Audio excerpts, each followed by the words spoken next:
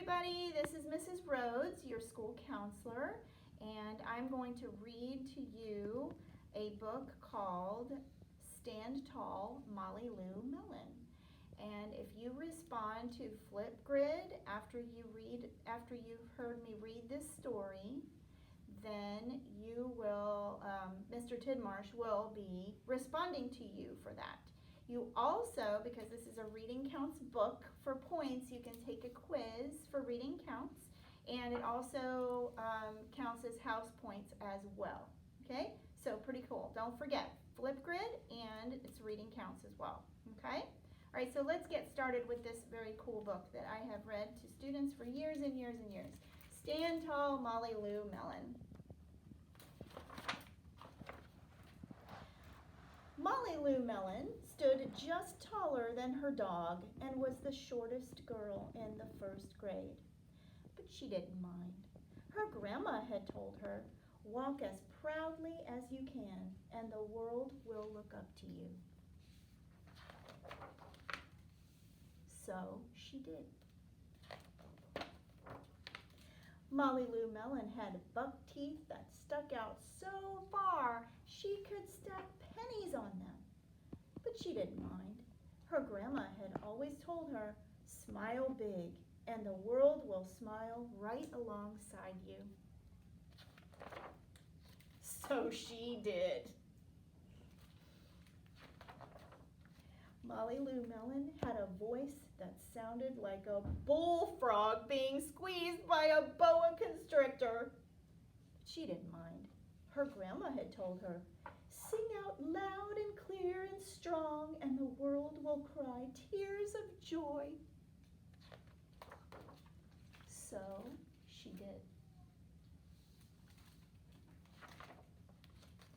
Molly Lou Melon was often fumble-fingered. She didn't mind.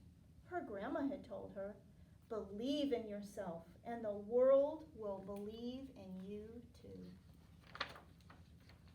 So she did. Then Molly Lou Melon moved to a new town. She had to say goodbye to her grandma and all of her friends and start in a new school. On the first day of school, Ronald Durkin called her Shrimpo in gym class. When the game started, Molly Lou Melon caught the football, ran under the legs of Ronald Durkin, and scored a touchdown. All the children thought, "Wow, she's good." And Ronald Durkin felt very foolish. On the second day of school, Ronald Durkin called her Bucky-Tooth Beaver. Molly Lou Melon took out her pennies, stacked 10 high on her teeth, and smiled as big as day. All the children smiled with glee, and Ronald Durkin felt very foolish.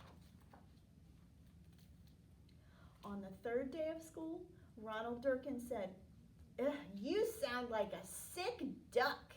Honk, honk." Molly Lou Melon sang out a quack so clear and so strong that it made Ronald Durkin somersault backwards, hit his head, and have to go to the nurse. All the children cried with joy to be free of Ronald Durkin for the rest of the afternoon, and Ronald Durkin felt very foolish. On the fourth day of school, Ronald Durkin said that she'd made the snowflake all wrong. But Molly Lou Melon opened up her paper and revealed the most beautiful snowflake of all. All the children oohed and ahed, even Ronald. On the fifth day of school, Ronald Durkin brought Molly Lou Melon a stacking penny for her tooth and smiled at her. That night, Molly Lou Melon took out a pencil and paper and wrote a letter to her grandma. And it said, "Dear Grandma, I wanted to tell you that everything you told me was exactly right. Love, Molly Lou Melon." Boys and girls, I hope that you enjoyed that story as much as I enjoy reading it. Don't forget about Flipgrid. If you respond, then Mr. Tidmarsh will respond to every single one of them. And you can take a reading counts quiz for points and for house points as well. It was great reading to you today. Bye.